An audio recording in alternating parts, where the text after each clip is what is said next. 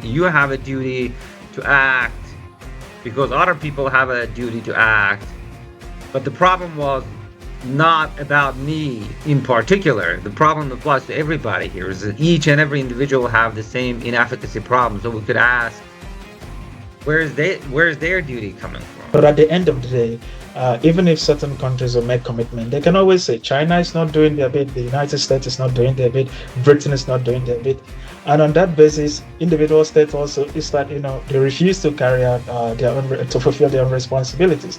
So that is the problem I have with conceptualizing duties or responsibilities. A forest is burning and the fire is huge, consuming it. So the rage of the fire and the helplessness of the animals make the animals to ask the same question that you're asking at the beginning. What do I do, or what can I do? But then the hummingbird comes with a challenging action in this sense, drawing water from the source to the fire, almost looking playful to other animals because the work that the hummingbird is doing is so useless. But then the hummingbird says, I am doing what I can. If you make no difference in terms of harm or benefit, you might say it's difficult to see how the agent would be failing to display solidarity or care for others or to undermine any relationships. The best way to serve those values or relationships is through collective action rather than individual action. I would say in many ways, the presentation asks us to reconsider whether the real danger of inconsequentialism lies not only in environmental inaction, but also in gradual erosion of our sense of shared moral participation.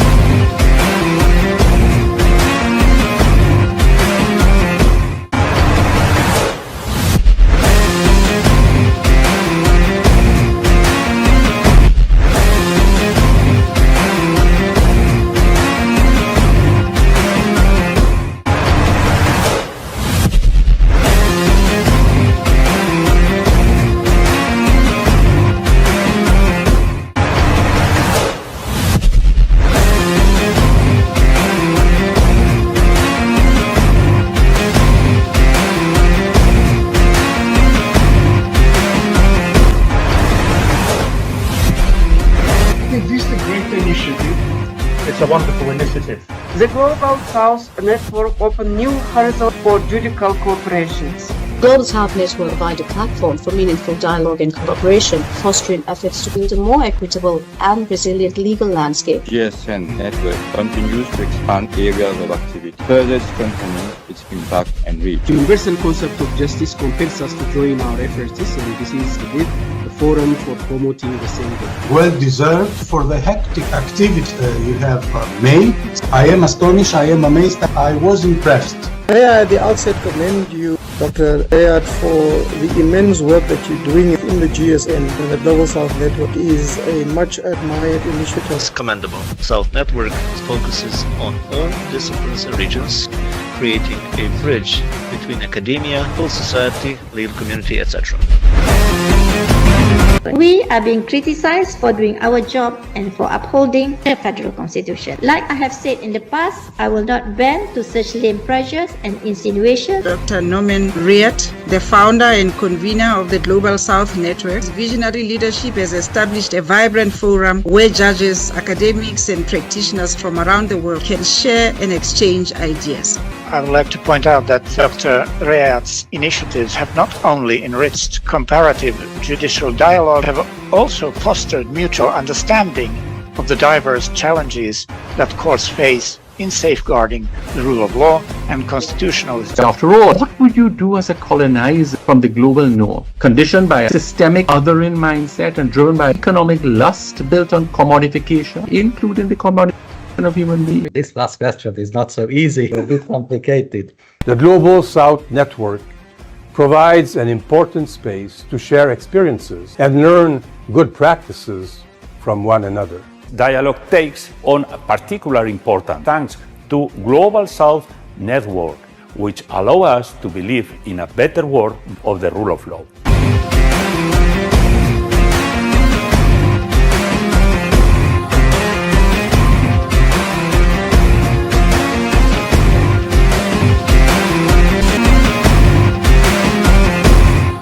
Good afternoon, everyone. It's my great pleasure to welcome you all to the 20th seminar in Phase 5 of the International Interdisciplinary PhD in Progress weekly seminar series organized by the Global South Network. Allow me to start the session with some introductions. I'm Dr. Nouman Riayat, lecturer in law at the Leicester Law School and founder and chief convener of the Global South Network. And I've been running these sessions since March 2023. It's a pleasure to chair today's Global South Network PhD in Progress seminar, and I look forward to learning about the presenter's research and engaging in the discussion that follows. I'm joined by two discussants and one peer commentator from different parts of the world. Dr. Huzeyfe Demirtas is the first discussant for today's session. Huzeyfe is a postdoctoral fellow in philosophy at Howard University Department of Philosophy. Before coming to Howard, he was a postdoctoral researcher in the Smith Institute for Political Economy and Philosophy at Chapman University. His primary research interests are moral responsibility, free will, and causation, and applied ethics, including ethics of artificial intelligence and environmental ethics. Dr. Bennet Francis is the second discussant for today's session. Bennet is an ethics specialist based at the University of Twente and a member of the European Union Horizon Project co-create on the conditions of responsible research. Prior to that, he was a member of the European Union Horizon Project Tech Ethos, developing ethics guidance for the design, development, and deployment of high socioeconomic impact technologies, including climate engineering technologies. Before joining the University of Twente, he was a Leverhulme Scholar in Climate Justice at the University of Reading. Gabriel Dinda is the peer commentator for today's session. Currently, Gabriel is a double degree PhD candidate at the University of Groningen, the Netherlands, and the University of Nairobi, pursuing PhD in climate change and adaptation under dual doctoral program.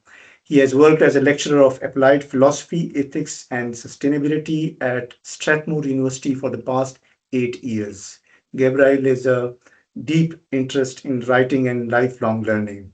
Finally, it's my great pleasure to introduce our guest speaker for today's seminar, Patrick Effiong Ben, who is a PhD candidate at the Department of Philosophy, University of Manchester. Today, Patrick will present part of their PhD project titled Against Inconsequentialism, a Complementary Case for Individual Climate Actions. He will speak for about 30 to 35 minutes, followed by 5 to 10 minutes of comments from our discussants. If time permits, we will then open the floor for a 15-minute question and answer session with the audience. Patrick, we are delighted to have you with us today. The screen is, I think, already yours and you have taken over by uploading the slides. So over to you. All right. Thank you, Dr. Riayat, for having me. And thank you to the commentators and discussants. All right. So I want to talk about the problem of inconsequentialism, which is the central theme of my thesis here at the University of Manchester. So the outline of my discussion will proceed as follows. The first thing I want to address is the problem in itself, that is collective impact and climate change and inconsequentialism. And then I'll also consider a strong influential argument in defense of inconsequentialism, why individuals have no moral obligation or incentive to take climate actions. And then I'll consider two rejections to Synod Armstrong's arguments, and then also why this necessitates a counter response to that argument, and that is where the gap is in the literature, and why I find the complementary thesis to be an adequate response to that problem. And then, time permitting, also three potential objections, and then I'll try to explain some of the contributions that the complementary thesis makes to the literature. So, let's start with the problem itself. Before I talk about the problem of inconsequentialism, we need to first of all talk about how we got here, and that is the problem of collective impact. So, when I drive my car on weekends, I emit greenhouse gases as an individual, but not enough to change the global climate on my own. But then, when myself, my neighbors, and millions of people across the world engage in similar activities, we fly, we eat meat, we don't take public transport, we enjoy guzzle, at the end of the day, collectively, we emit enough greenhouse gases to change the Earth's surface temperature. And collectively, this leads to a collective impact problem, and in this case, global warming and consequent climate change. So, collective impact problems usually take the preceding form, where the actions of individuals collectively on a global scale lead to this harmful negative impact on the environment, but no single individual action can lead to the same outcome. And similarly, if any individual decides to take an action to solve that problem, we find out that no single individual can also address the problem unless we act collectively. So we have some notable examples. In Tragedy of the Commons, you have the problem of resource depletion. In the environment, you also have global warming and consequent climate change. We have air pollution, crime, and also similar problems that arise from this particular context. And then this raises the question, given that we have a collective impact problem that arises from this collection of multitude of individual actions, one might ask, how should we respond? What is the way forward to addressing these collective impact problems? There are two primary responses or approaches to tackle collective impact problems, and that is we can either adopt a collective approach, which is a collective action approach, or we can also decide to take individual actions. And collective action approach are very popular because we think since it is a large problem, more people acting together are going to solve the problem than a single individual. So collective action advocates say, well, the responsibility lies when the state takes action, multinational corporations and large groups of people acting together as a collective, we are more likely to make impact. But contrary to that approach, we also have another approach, which is the individual approach. But with regards to the collective action approach, collective action approaches are generally very attractive because of the significance a collective can make to solving a problem. But there is something also very unmistakable that characterizes or defines collective action when you bring so many people together to act on a specific problem. And you have things like the problem of coordination problem. Something that is very unique about collective action is that because of the multitude of interest of the different parties, we see that in the different COP conferences over the years, different states meeting together, but states will always try to prioritize their national interest. And because of that, it becomes very difficult to reach a solution or to agree on what to do. So even when one state decides I'm going to take action, you find out that others will try to, look out for their interests. So we have the coordination problem. So one of the biggest strengths of collective action approaches is that, well, you're going to have generate a lot of impact. You're going to make a significant difference. But the larger the group, the more difficult it is to coordinate because of the different interests of the different parties.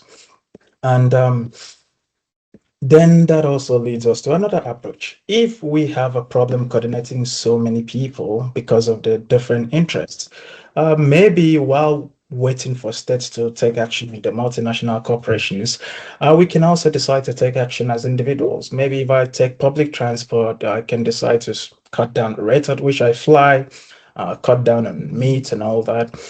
then I might be able to make a difference, and that is the individual action. But the problem with individual action is this. My actions alone are pointless considering how big the planet is. So even if I decide to stop flying, it's not going to make that much of a difference to resolving the problem. So I might be able to do my bit, but I cannot reverse climate change on my own as an individual. And then this has led to many people saying, well, what do I care? It makes no difference if I stop driving, climate change will still occur. In national elections, we also find similar examples. My vote alone is not what it's going to take to flip the final outcome of the election. So why should I vote in a national election? Similarly, so this leads to the major problem we're addressing with, which has emerged in policy and academic discussions of climate change, and that is the problem of inconsequentialism. So, the problem of inconsequentialism basically says that individual contributions are insufficient and therefore cannot resolve collective action problem, that we are better off leaving everything to the state to act. And to understand the size of the problem, you can look at this image. Is like telling the little guy here that he should run this entire institution alone. It seems too tiny to make that much of a difference in running the whole place. So it's like telling a single individual to, your action is going to fix the planet. So just do something about it. So some people say, well, I'm too tiny to change the world. What do I care? Why bother? It's not going to make any significant difference. So, and the problem with I thinking is acting as an individual cannot really make a significant difference. So why should I bother? And this raises some of the central questions that have dominated debates in collective, the problem of inconsequentialism and collective action problems. And the first is, what is the justification for doing my bit as an uninfluential agent in this massive global or on the global scale? And then how can my act also be justified if it's not going to make that much of a significant difference to the outcome at the end of the day? And then there is also the question of the best approach. Are reasons to act the best way to approach the problem, or do I have some sort of moral obligation that should ground my action as an individual? So there are those two approaches. And then because of the notable weaknesses of the collective action approach, these questions are very important. And there's the question of also, why do we even need to bother individuals with the problem, given that it's the states that are best placed? Well, my concern and my research is basically that, look, yeah, states have responsibilities, that needs to be clear. But then whilst we're waiting for states and multinational corporations to take action, what is my own responsibility as an individual? What can I do? So that is where my research proceeds from. So on the two major motivations for acting, that is whether from reasons-based perspective or from obligation-based perspective, you have some figures in this area. You have Julian Nevsky, you have Shirley Cat, Eric Parfit, you have so many people that have profiled solutions. So Shirley Kagan says that we should deny the description of the problem, that imperceptible contributions are still contributions. Parfit also talks about our conception of individual action as being insignificant, as being a miscalculation in our moral mathematics. And Julia Nevsky specifically says that, look, when I act as an individual, I will be helping to bring about a certain outcome. Difference making shouldn't be my primary motivation, but helping. But there is something about the conception of individual action as an act of helping. It kind of presents this idea of charity, as if when we are helping, we are acting out of help. The environment is something that is detached from human beings, and by acting, we are merely helping a distant entity that exists out there separate from us. But that view is challenging many indigenous philosophies, which views human beings as being intrinsically connected to the environment. So this reasons-based approach basically provides us with a list of so many reasons to act, but then they do not tend to motivate us because of that conception of the environment as existing separate from the human person. So there is another question that arises from this context, which is where Walter Synod Armstrong comes in. Well, even if I have all these reasons to act because I'll be helping to fix a broken planet, Synod Armstrong says, well, I shouldn't. And this is his argument. So Senator Armstrong says that government have all the resources. They are the ones that are best positioned to address climate change and not any single individual. And the special moral obligation of states to act is basically because it is these states that benefit the most. From climate change, they have the large industry, they have the large budget, they can solve the problem while incurring very little cost. And even if I live under a state that has some sort of responsibilities to act, that responsibility does not trickle down to me as an individual citizen or inhabitant of that particular political enclave. So, based on the fact that the state has the primary responsibility to take climate action, Senator Armstrong says that even if there is anything individuals can do to contribute to a solution, their actions are inconsequential. There's no need to act because individually there's nothing you can do. You're better off just trying to talk to the local politicians to take action. And on that basis, individuals have no moral obligation. So Senator Armstrong's argument has been challenged by Ephraim Hiller and so many other people, Frank Hendricks. But I think there are two primary aspects of that argument that has not been really tackled head on, and that is that lack of intention to cause harm and then the insufficiency of individual contribution to collective harm problems. And that problem goes as this. Okay, so the first on the insufficiency of individual contribution to collective harm problems. So Senator Armstrong thinks that because the amount of greenhouse gas I emit as an individual is not that big, it's not that large, it's not that massive enough to cause climate change on my own. Because of that, I have no reason to take action. And Ephraim Hiller has already criticized that argument. John Broome here at Oxford has also criticized that, well, there's the concept of expected harm that is built into individual action, and also that there are other causes of climate change, but the most significant of them are human beings. And Senator Armstrong does not address that problem. And then I also think that significant causal relationships to harm are not the only way to be responsible. You can have causal responsibility, you can have responsibility from knowledge, from foreseeability, from complicity. So that argument does not really fly. And then also there's the argument of the lack of intention to cause harm, that when I set out to joy guzzle on the weekends, I do not really intend to cause harm to the planet. Because of that, I have no responsibility. But then you can also think that, well, joy guzzler also have some sort of knowledge about the harmful collective impact of their actions on the environment. And that in some sense might impose an obligation on them. So unintentional contribution to harm does not also diminish responsibility, because responsibility can still arise from all these other contexts. And then my rejection of Senator Armstrong's argument is focused on two primary premises. And the first is that the imposition of moral obligations are neither diminished by the size of an individual contribution to a collective harm problem, and then also the burdens of moral impositions does not also depend solely on how much I contribute collectively to the harmful outcomes that my actions has on the environment. So this necessitates a new approach to this problem. And previous conceptions, especially those ones that are based on reason, simply say, you have this shopping list of reasons. We are mischaracterizing the problem. You'll be helping to fix a broken environment. It is a very detached conception of human beings and the environment. And that necessitates the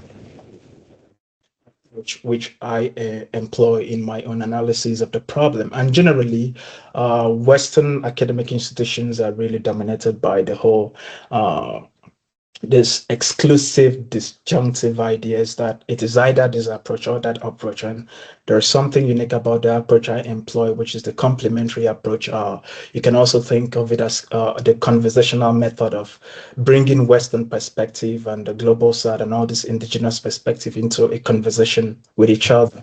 So some of the primary texts you can find my approach in this Innocent Azuzu's works, the methods and principles of complementary reflection. Some of the ideas grounding my thesis can be found here. So what does this approach say? So complementarity is this notion that when we look at the environments, the plants, the animals, human beings, animate and inanimate things, every single thing has some sort of relationship. In fact, as an entity, I am more fully what I am as a person in virtue of being complemented or completed by every single thing around me and within my environment. So as a human being, for example, I am not existing separate from the environment, but I am a part and parcel of the environment. I am embedded within the environment. So this notion, although it is grounded in a very profound metaphysical worldview, also has some sort of ethical implications that I find very important for thinking about collective impact problems. So the complementary framework for understanding entities within the environment then conceive of these human things generally as being complementary from the African worldview. So to think of an entity as existing in the world or as existing within a particular environment is to think of it from a characteristically complementary perspective where anything that exists has some sort of relationship or is completed by every other thing that exists within that particular environment. And in this sense, the being and flourishing of every single entity is also completed by the being and flourishing of every other thing within that environment. And then this is grounded in three primary theses. But the first thesis is that there is something inherently valuable about fulfilling one's duty within this moral station as an entity that is embedded within nature. And then you also have the second thesis about fulfilling that duty being something that is achieved through an understanding of human beings as being embedded within the environment. And then there is the third thesis, which is related to the first and the second one, that mutual complementation for the common good of every single entity that exists within this complementary system can be achieved only by everything acting in unison. So from the complementary standpoint, then, to act in the morally relevant way, for example, if you think of the context of the problem of inconsequentialism, is to subject one's action to this understanding of the interconnectedness of every single thing. So here, we can think of individual climate actions as being framed as an obligation to the good of the environment to which an entity is primarily connected and not merely on difference making. And this avoid the problem with dominant approaches, which focuses on the size of the difference individuals can make when they are thinking about their actions and the primary motivation for acting. So my motivation for acting under this framework would not be necessarily dependent on the size of difference I can make, but on fulfilling my duties in this relationship. And that duty is grounded in values like order regarding disposition of solidarity, values of interconnectedness, value of interdependence, value of how I help my environment to stay healthy so that by serving the good of the environment, I also save my good as an individual entity. So, okay, so there are three potential objections to the complementary thesis. The first one would be that given that all our actions have some sort of expectations of harm built into them, it might be difficult to really think of the possible scenario where I will act without harming other entities in the environment, especially if we think of a complementary view of the environment as conceiving of every individual entity as having value, having some sort of significance. And this objection was raised to me by Stephanie Collins of Monash University. So I think a complementary principle of harm also would permit some sort of actions because it would be, for example, we have the Ebola crisis in the DRC now. I think complementarity would permit some sort of the medical experts to fly to the DRC to help treat those people because the death and destruction caused in such scenarios are things that are harmful to the overall health of human beings and the environment. So in scenarios like that, I can imagine complementarity would permit some sort of actions that might emit greenhouse gases in that context. And in other contexts, it would not be permissible, like joy guzzling for fun, which is the typical example of Synod Armstrong's SUV driver. And then we can also think of the second objection, which is in cases where individuals live in a consumer society, like in Western countries, for example, where there is overconsumption, the values of your environment are things that are harmful to the environment. And complementarity is very big on individuals respecting communal values, values of interconnectedness and relationship. What should an agent do? And in that context, I think complementarity is concerned with actions that promote the common good. And to the extent that the value of your community or the values generally of your community are harmful to the environment, a complementary view of the world would reject such principles or such principles of relating with the environment because they are harmful. And then the final objection I can think of is also that, well, complementarity is not that different from the problems that approaches like difference making face. That if acting as an individual because it serves the common good does not still end up somehow making a difference to the fight against climate change. What is the justification for acting in the first place? But then the difference is this, that under complementarity, moral obligations of individual agents to act in collective harm cases, like I said, are not tied to the size of the difference that I make as a person, but rather on fulfilling this obligation that I have as an entity that is embedded within nature. So my primary duty is to my environment, not outward facing to the size of the difference I can make in the world, but to the size of the difference I can make in my environment as an entity within my moral station.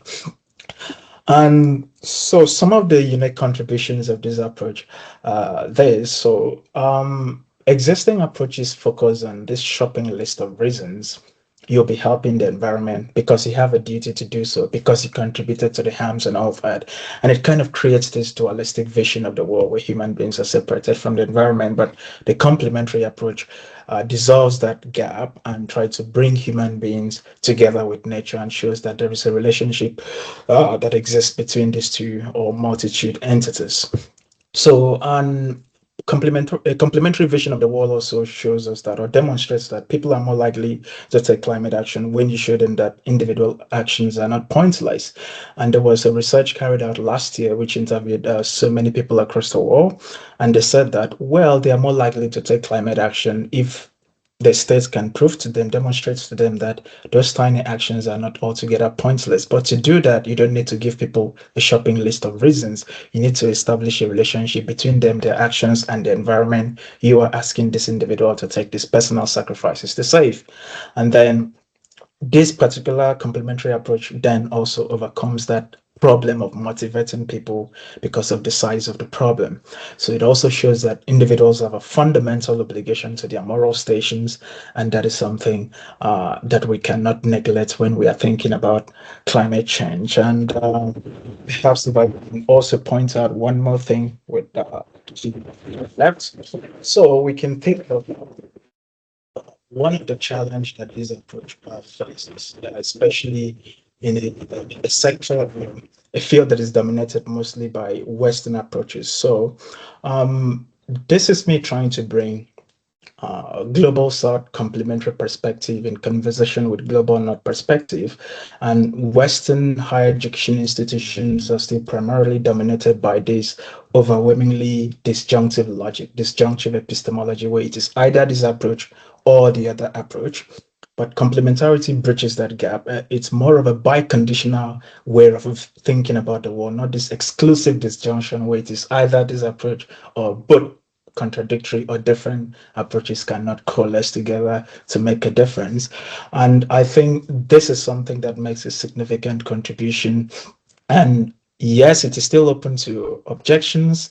And those objections, some of them, if I cannot address them now, I'm hopeful future research will be able to handle and address some of those concerns. Thank you.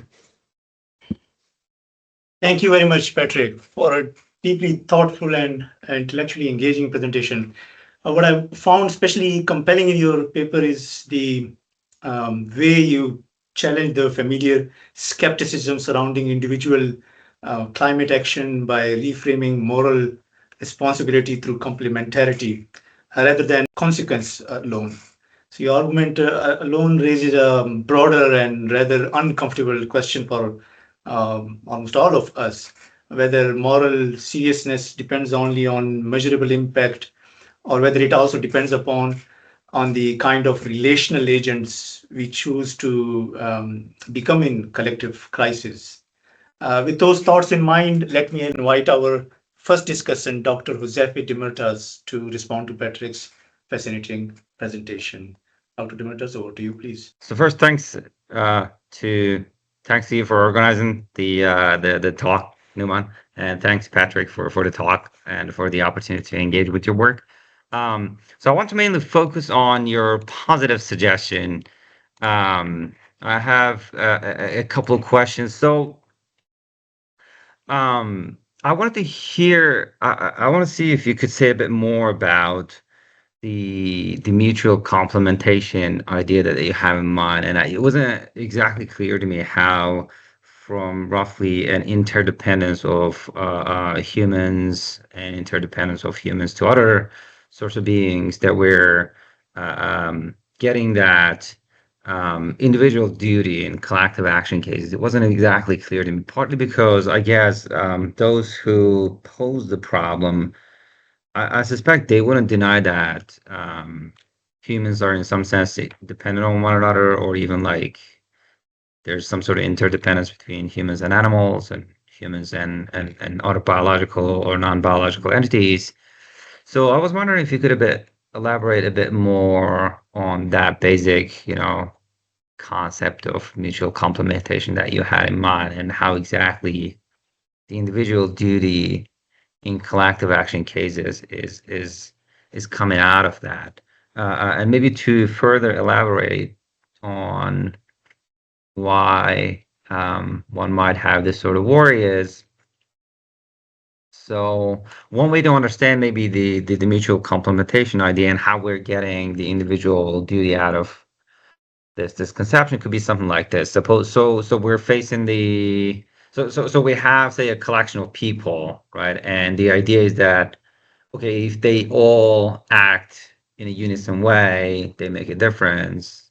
But the problem is each individual action in that collection of individuals, their actions are inefficacious, right? And then the challenge is posed to us that, okay, if each individual action is inefficacious, how could there be duty for that individual? And maybe one way to understand your complementation idea could be something like this, that you could say, okay, you have the duty to act because other people are acting in a certain way, or they have a duty to act in a certain way.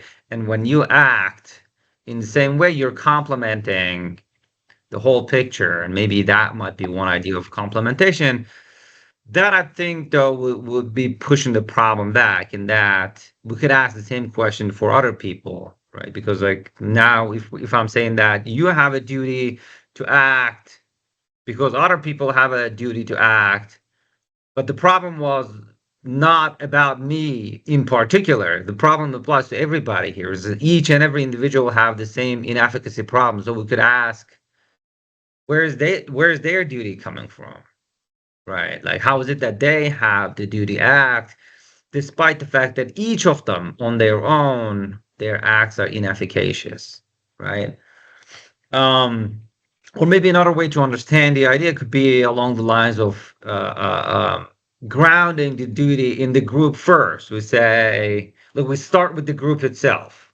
Just forget about the individuals, maybe looking at the individuals to see whether they have duties or not first is the wrong way to go. Let's just look at the collection, because the collection has the ability to make a difference. So now the initial grounding of the duty is at the group level. So then we end up saying something like, yeah, the group has a duty to act against climate change.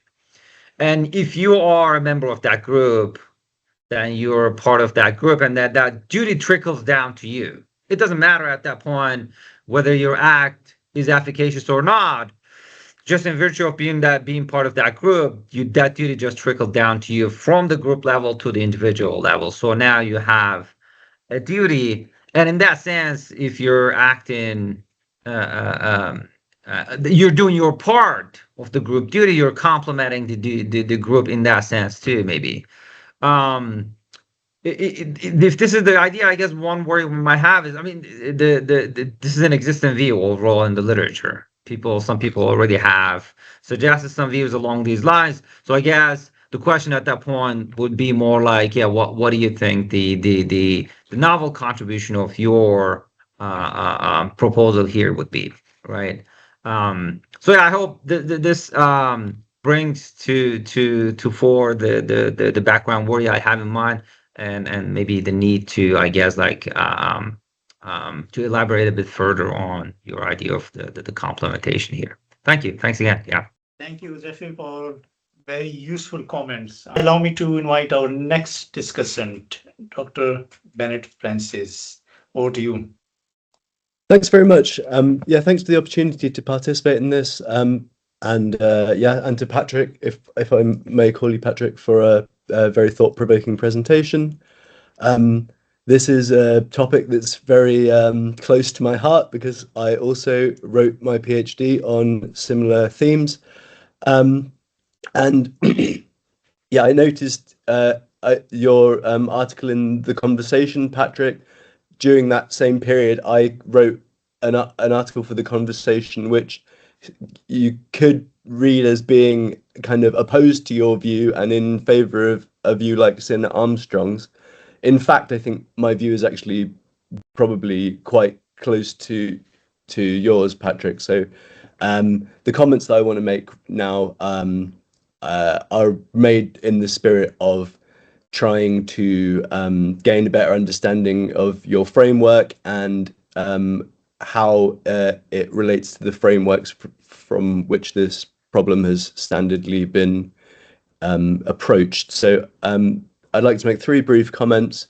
The first is on your the last response to objections that you raised. So this idea that if the individual makes no difference, it might be difficult to see why they fail to fulfill complementary obligations generated by interdependence. So if I've understand your summary correctly, I guess you had to be very brief. It seems like you violate obligations of complementarity when you fail perhaps to value relationships or to instantiate kind of other regarding or solidaristic dispositions. I saw these terms in your slides. So again, it's kind of just returning to the objection, really. But if you make no difference in terms of harm or benefit, you might say it's difficult to see how the agent would be failing to display solidarity or care for others or to undermine any relationships. So this, I guess, is just a request to say a little bit more about this objection, which you've clearly thought about.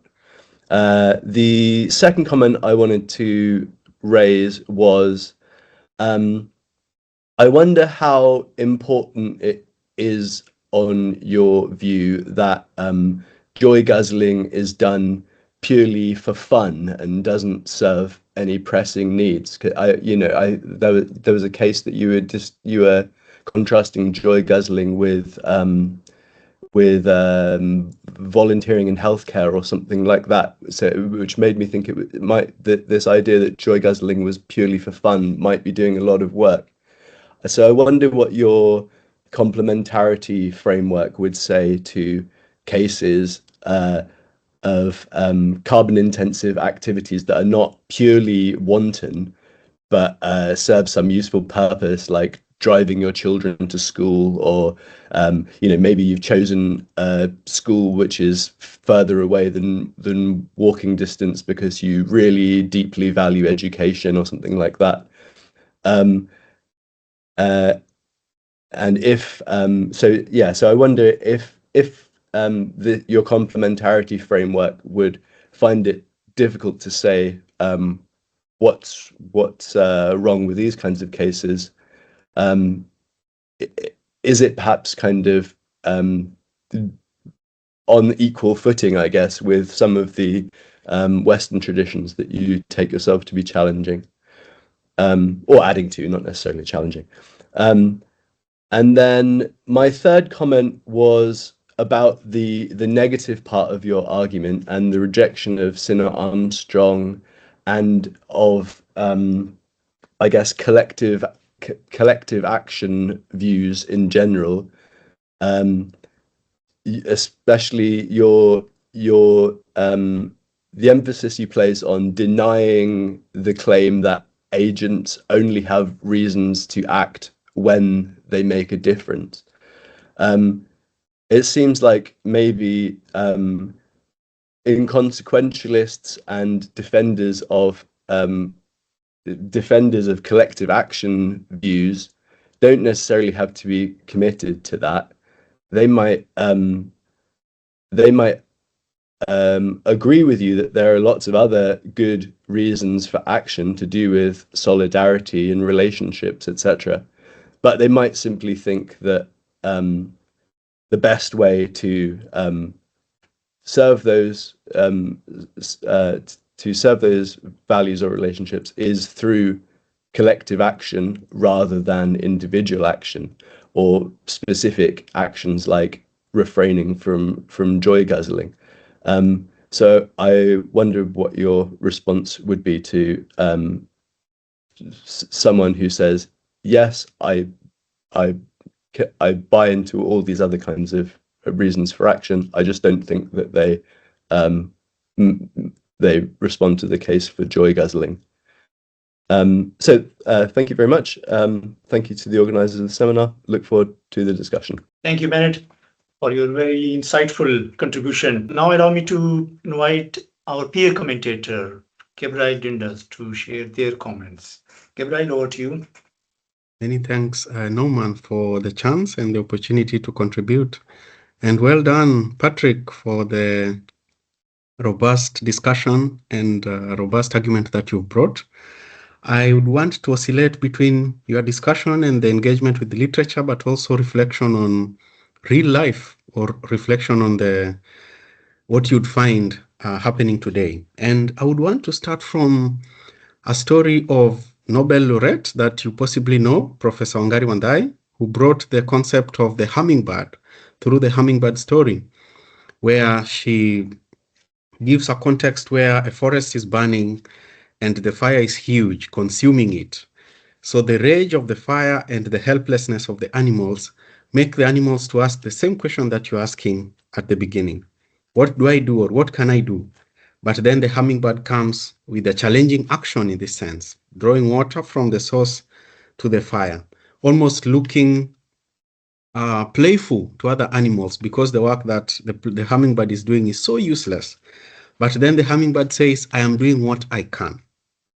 So in that case, how does this concept of doing what I can relate with the individual responsibility versus the collective action? And now I would wish to connect it with a point here that also comes when someone says that their individual action will make little impact. How sure are they? How preemptive? So maybe you could help me understand here the problem of preemption, that whatever I act will not result to something significant.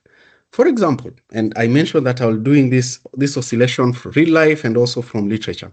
If, let's say, for example, Greta Thunberg, and there are quite a number of discussions and metrics around this. Let's say, for example, she thought to herself and say, sitting near parliament, if I look at history, literature from history or context, I've not seen any significant progress or any significant impact that resulted from someone sitting near a government building, for example.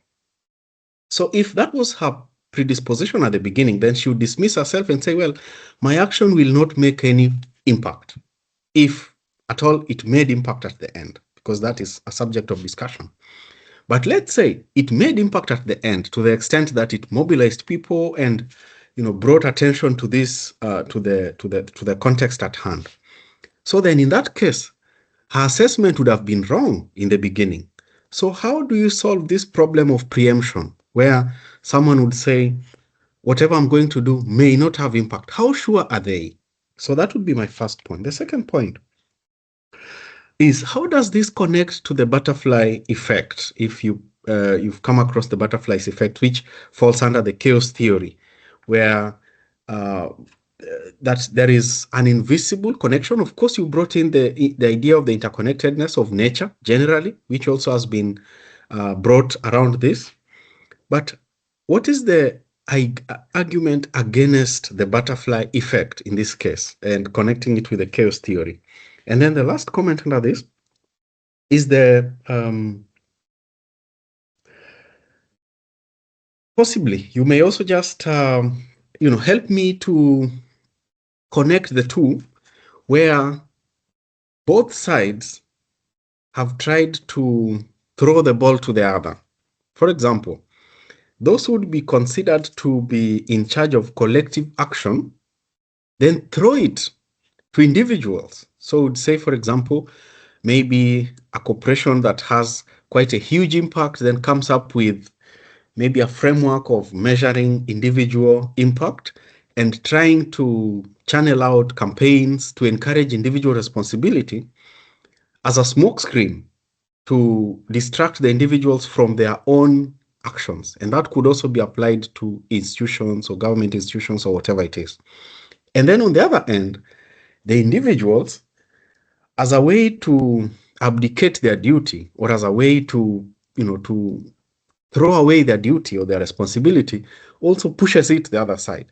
So this kind of, passing the ball from one to another, how can we stop it? Or how can we bring it to a point where the two recognize and take seriously the integrated approach that you've talked about, or the middle ground that we are talking about? So those would be my ideas for now, but well done on the robust argument that you have brought forth.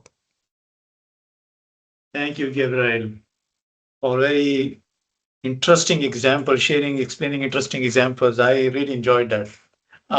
Patrick, before I hand over the floor to you, let me clarify. It's not a Viva kind of a session, so it's a progress.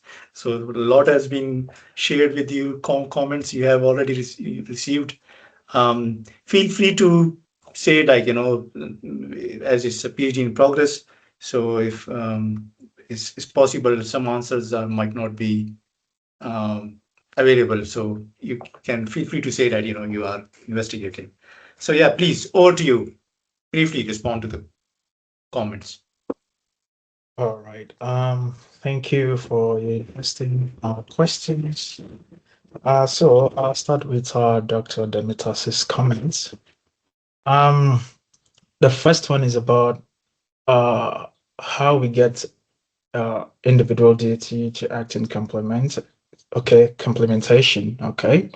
So how do we generate a thing that is about how do we generate this complementary duty to account for our actions in collective action context?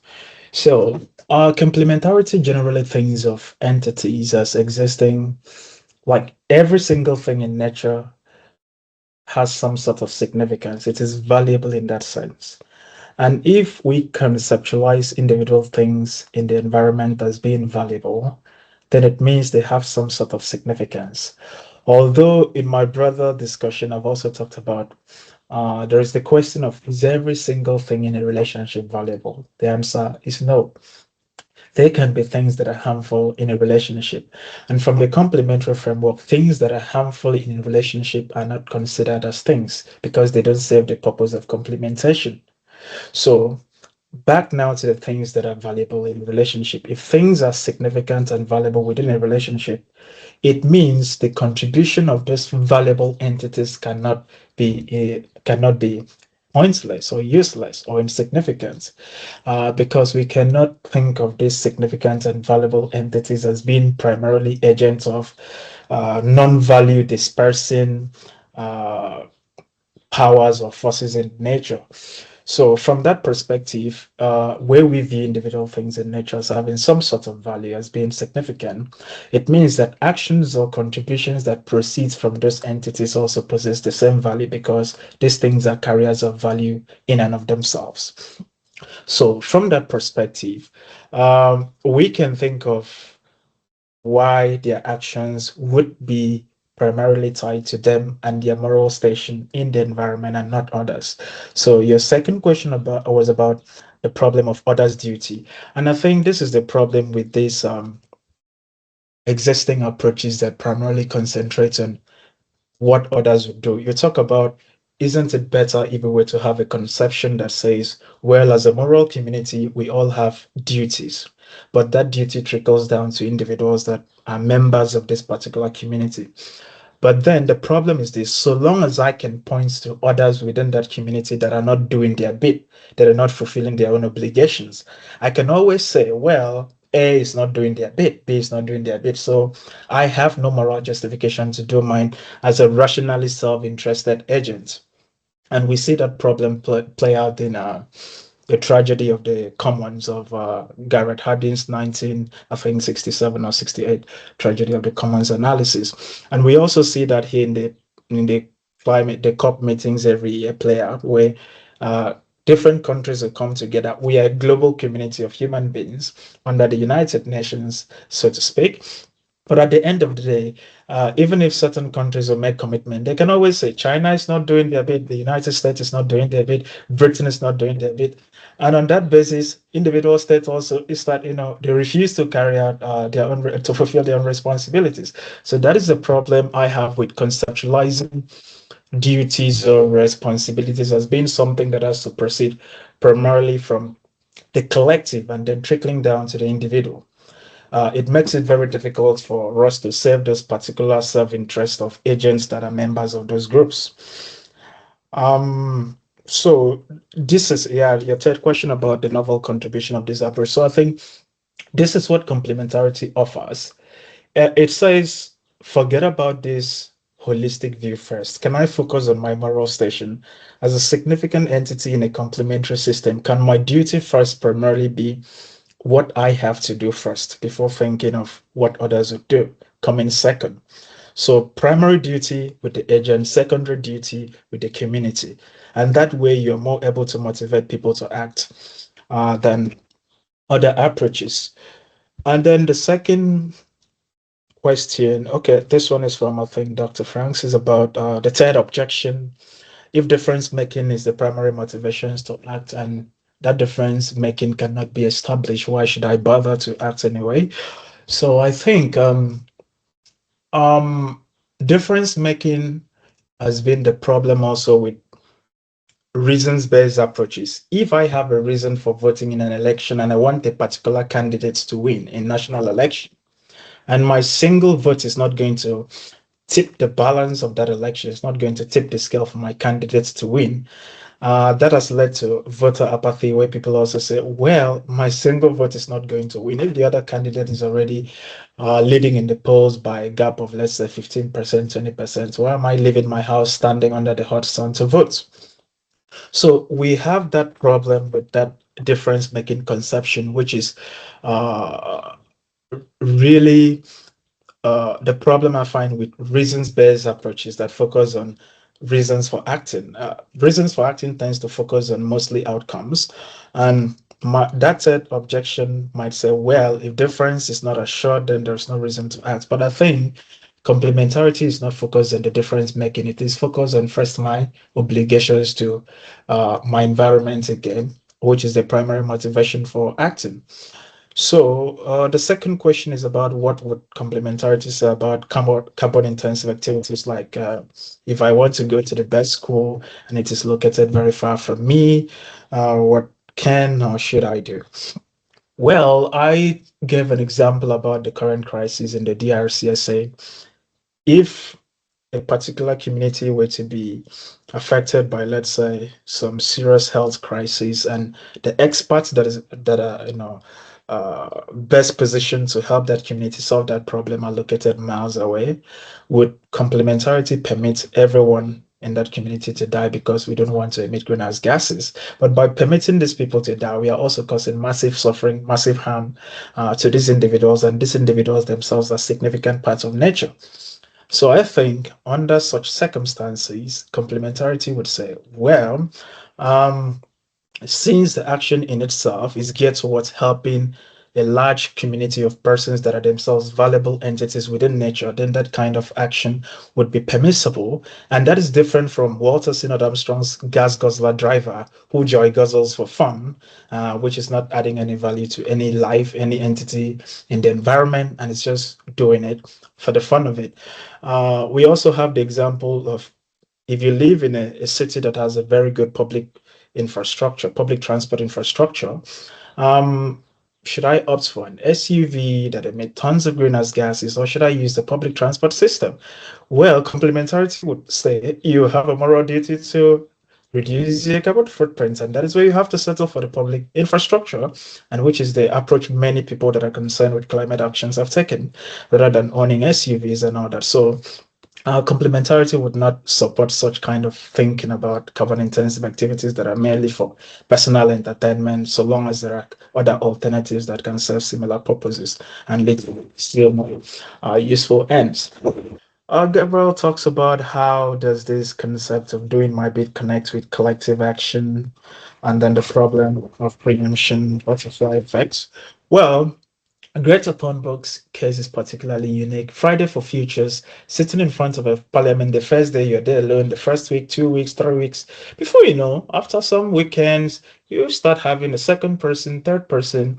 And that is why I think the Thunberg case is particularly interesting. It shows us that if in every individual person were to think in that term, that I have a primary duty to do it first. So imagine Greta was thinking, well, as an individual, I am not going to make any significant difference. I'm not influential.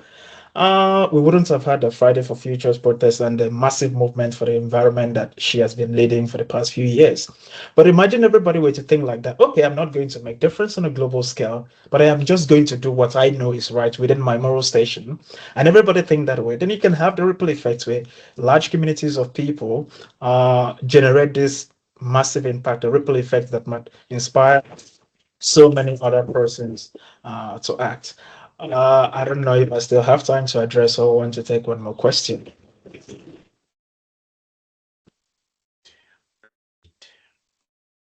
Thank you, Patrick, for your response. Now, I think we are already have reached the end of the session, but at the risk of abusing my power, I invite questions from the audience.